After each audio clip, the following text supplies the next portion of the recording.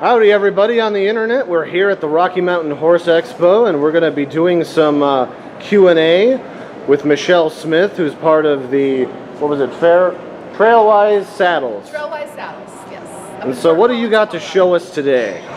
Well, our Trailwise Saddles are nice, lightweight, adjustable fit saddles. They're high-end performance saddles that were built specifically with trail riding in mind. I myself am an avid endurance rider and I am in my saddle for 8 or 9 hours at a time.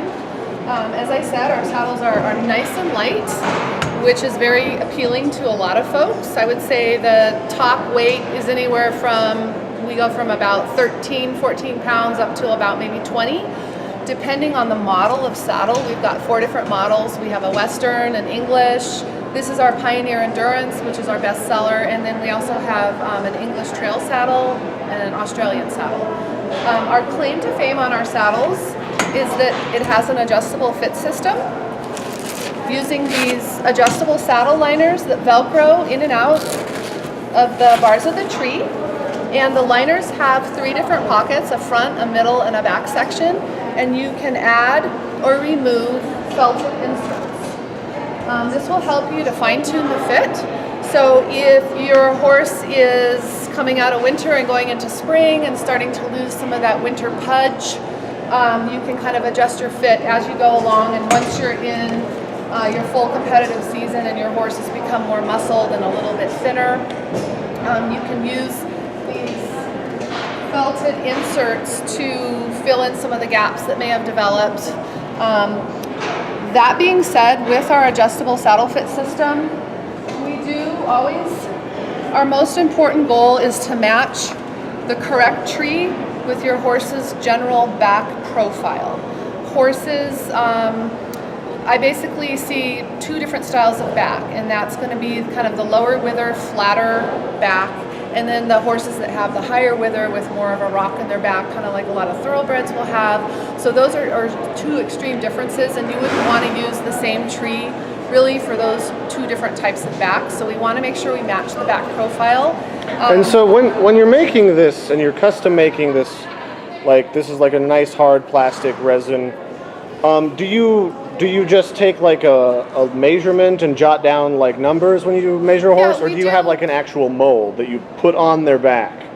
So I do the traditional saddle fitting wither tracings. If I'm working with customers that are in other states, I ask them to send me photographs and wither tracings so that I can get the general dimensions of what tree we're going to need. So those are very helpful and help us determine the correct tree. Okay. And then here's one of our trees. They all have cable rigging that's built into the tree. Oh, so that's like what they have when you go to REI and you want to go climb a mountain. This holds up to 24 tons. Wow. It has a nice pull on the front and the back of the saddle, and once you actually have the whole thing come together, we have an adjustable rig system that will push either your billet straps or your Western rigging forward or back, and horses have different girth grooves, so that's really handy and helpful. This rigging will come on and off, so you can swap out between English and Western, whatever you prefer. And we have a nice legs under seat style. We do have 3 different seat styles for the rider. Okay, yeah, so basically not only can you customize this for a custom fit on your horse, but you can also customize this for your comfort. Yes. And then you've also got the ability to kind of like snazz it out with whatever types of stirrups you prefer and little frills. All right, that's cool. Yep, and then we do have different seat styles for the riders that are the no rise, which is nothing there, and then the single rise and the double rise. This dramatically affects how your pelvis is placed in the seat of the saddle, and is really important. So fitting the horse, I think, is oftentimes a slam dunk, but having to fit the person in the saddle for the correct riding position is equally as important.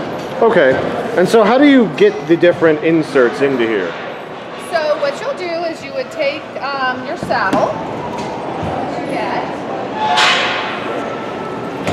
you flip it over, and you can see these are the adjustable saddle liners. Why don't we move it over here so they can have a nice look see? Okay. These are the adjustable saddle liners, there's a nice even surface against your horse's back. They Velcro in and out of the bars of the tree. There are 3 different pockets to affect the fit. So for instance, if you have a saddle that's bridging, you're going to want to probably add more padding in the middle.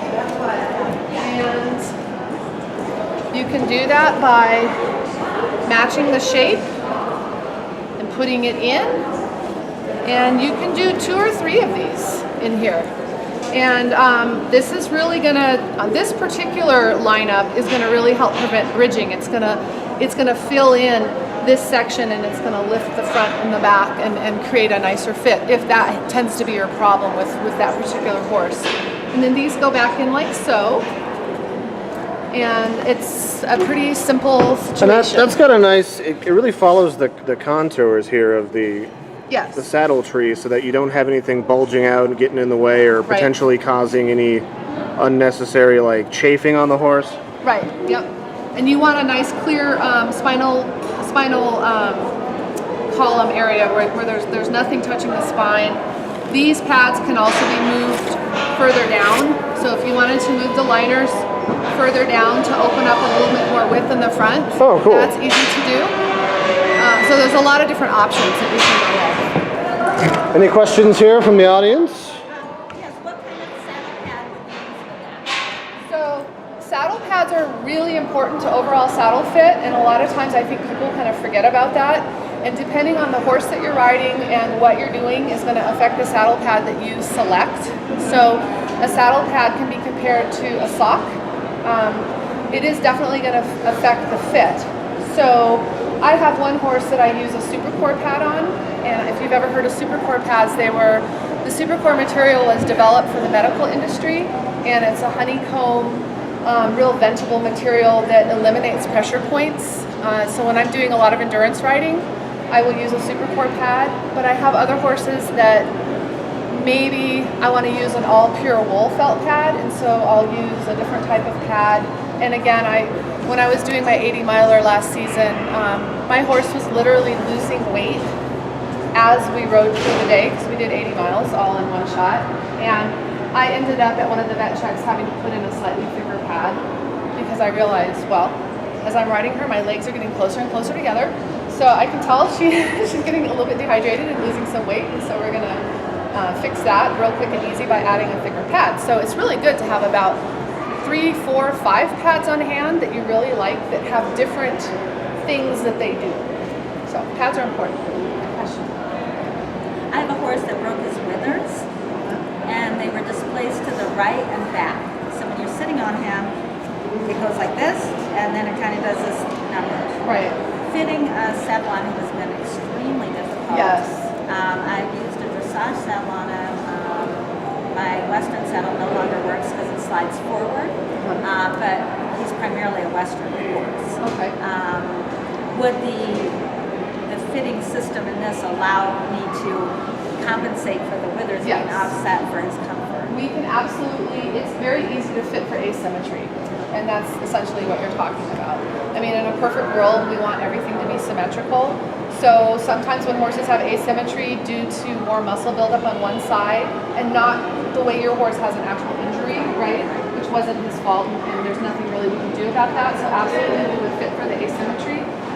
For other horses that just tend to be more one-sided, I'll say, we can fit right now to accommodate that asymmetry, but you guys really need to be thinking about building up that other side of the body, because eventually we want to try to make it as symmetrical as possible. And do we have any other questions? So how did you get started in like custom saddle making?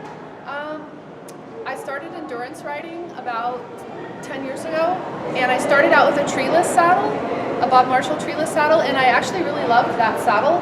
But as I got into the longer mileages, at the end of the season, I was doing 50-mile rides, and my back hurt, and my horse's back hurt, and that saddle, I literally could bend it in half. And I realized at that point that I needed to become a big girl and find a saddle that actually had a tree that had more weight distribution and more support for both me and my horse, and that kind of led me down this road. And once you go down the road of finding saddles with trees, you have to be real careful because trees are so solid and they're just one shape, and so you need things to kind of alter that shape at certain points. And so it's just been a long evolution of working towards this goal of finding a saddle that has an adjustable fit system. With endurance riding, if you don't pass your vet check, you're done. You're out of your ride. You've spent all that money, all that time getting to a ride. Your horse now has a sore back if the saddle isn't fitting correctly, and you're in that saddle for hours and hours at a time. So if it's not fitting, it is absolutely going to make your horse sore. So it's not like we're just out on the trail for 1 or 2 hours for a nice little fun hack around the neighborhood. I mean, we are going long distances. Saddle fit is absolutely critical to the success of your competitive career, and so, you know, for me, that's what gave me the ambition to do this. All right, cool. And so this currently is kind of like a half and half between like Western and Yeah, it's a dressage. hybrid. It's a hybrid. Do you have a lot of customization in like the colors of leather that you can get in these saddles and Yes. like the types of Smooth sort of leather, rough out, suede, different leather colors, different kinds of tooling, different kinds of conchos, whether you want strings or not. Lots and lots of variables that you can pick from. And like I said, we do have 4 different models. We have a Western model with a horn. You can get this particular model with a horn if you're somebody that likes horns. We've got an English trail model that looks a lot like an English saddle with knee rolls, an Australian version. And what's in the Australian version? it has the Mickey Mouse ears, the pulleys. Oh, it doesn't come with a drop bear? Dang it. So yeah, those are the different models, and there's lots of colors you can pick from. All right, cool. Well, thanks for showing us this awesome saddles that you guys make, and thanks to the internet and our lovely audience here. Wave to the internet, lovely audience. Yay, the internet.